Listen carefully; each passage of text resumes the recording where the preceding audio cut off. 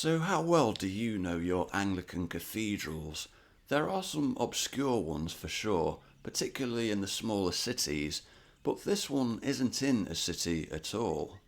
It's actually in this idyllic market town, home to just over 7,000 residents in a county and indeed region not particularly renowned for its cathedrals, and therein lies a tale, so let me give you a quick virtual tour. Welcome to a town so steeped in mystery that even its very pronunciation is a matter of debate. This is Southwell, or is it Southwell? Well, I can give you a proper answer to that one. I devised a scientific method to determine this, known as a tally chart. Having sampled 20 YouTube videos on the subject of this town, my unknowing survey respondents returned an exact 50-50 split, I kid you not.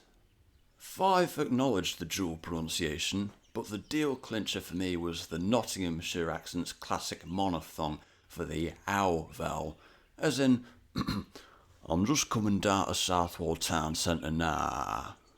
Me ducky. So I picked up 3 instances of this, all of whom went with the Southwell pronunciation. Thus for me, the locals get the casting vote. This presented me with the hypothesis that the wealthy London types who came upon this area brought in their own pronunciation, having perhaps been subconsciously influenced by Southwark in London, also with its own cathedral by coincidence. The locals were too polite to correct them, and here we are today. You're welcome to debate that one in the comments below, of course. Now you may be wondering, if this is an Anglican cathedral, how come Southwell isn't a city? Well, the answer to that one is actually a simple one, because it wasn't a cathedral during Henry VIII's reign. Here's a quick timeline. The Normans began its construction in 1108 on the site of an Anglo-Saxon predecessor, as is often the case.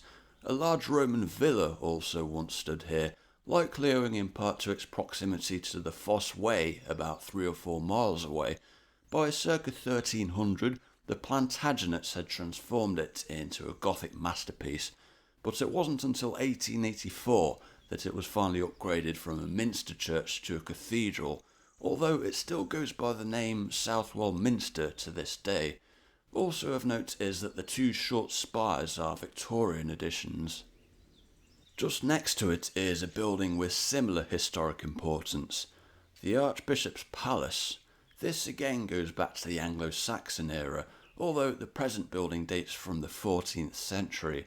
Southwell is one of the southernmost towns within the province of York, and right here is where, for centuries, the Archbishops of York have taken residence while visiting. Perhaps the most famous of whom was Cardinal Wolsey back in 1530, wherein he held his final meetings regarding his failure to secure Henry VIII's divorce from Catherine of Aragon, shortly before Wolsey succumbed to illness, which likely spared him from execution anyway. In 1646, Charles I was held captive here, and his fate, as you likely know, wasn't much better than Wolsey's.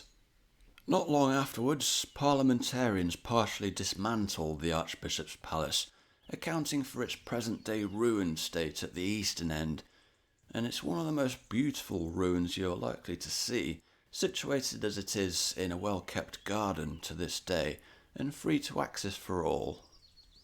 As alluded to earlier, 1884 was the year in which Southwell Minster was upgraded to the status of a cathedral, making this the see of a diocese spanning Nottinghamshire and Derbyshire.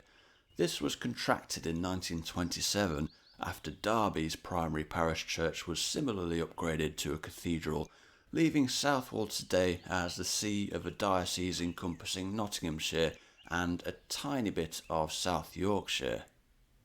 As for Nottingham, that was still only a town all the way until 1897, when Queen Victoria granted it city status. It does have a cathedral of its own, but being of Roman Catholic denomination means the city is beholden to an Anglican bishop in a town 1/40th of its size, based on 2021 census figures. Moreover, with no passenger rail service here since 1959, the only public transport connecting the two is the number 26 bus service, which you can catch on King Street near the Brian Clough statue. But what else awaits visitors to Southwell? Well, let's take a close look at the town centre. Just around the corner from the cathedral, a slew of Georgian architecture hits you almost immediately, marking a contrast to Nottingham and its neighbouring commuter towns that typically embody a railway-era aesthetic. Older still is the Saracen's Head, whose tree rings in the timber frames indicate a 15th century origin. Charles I spent his last hours of freedom here in 1646, dining with Scottish commissioners who turned him in shortly afterwards. Then you have an impeccable array of boutique independent shops and cafes on the adjacent Queen Street. Not to mention a market square that comes alive on Saturdays. There's even a literary link in the form of this house in which Lord Byron lived for a few of his teenage years, penning some of his early poems here. All of this in a town that's centrally located, yet remote at the same time. As is often the case with towns in the Midlands, there are railway stations in the neighbouring villages of Fiskerton and Rolleston, the latter of which adjoins with the somewhat misleadingly named Southwell Racecourse, but besides that, public transport options are limited to direct buses from Nottingham, Newark and Mansfield, which do showcase the beauty of the Nottinghamshire countryside, not quite as jaw-dropping as neighbouring Derbyshire, but an often overlooked aspect of the county nevertheless. A county with many legitimate claims to fame, all of which seem to be overshadowed, however, by a certain outlaw who was nifty with a bow and arrow, leaving this, its ecclesiastical heart of over 1,000 years, as something of a niche destination. The cathedral, by the way, is free to enter, with a suggested donation of £5. As with any interior though, the camera can never do it justice, so I'll leave it as a surprise for those tempted to pay a visit. Let me close out this mini tour from the garden of the Archbishop's Palace, for reasons I trust are self-evident, to address the original premise of the video. Is Southwell Minster England's most mysterious cathedral? Granted, some may dispute the semantics, but in terms of who can point to it on a map, I'd say yes. In terms of the imbalance between its deserved fame and its actual fame, I'd say yes. In terms of whether or not it's the most likely to score a pointless answer on pointless, well, you get the idea, with my apologies to anyone unfamiliar with the joys of British Tea Time TV quiz shows. Thanks for watching and have a great day.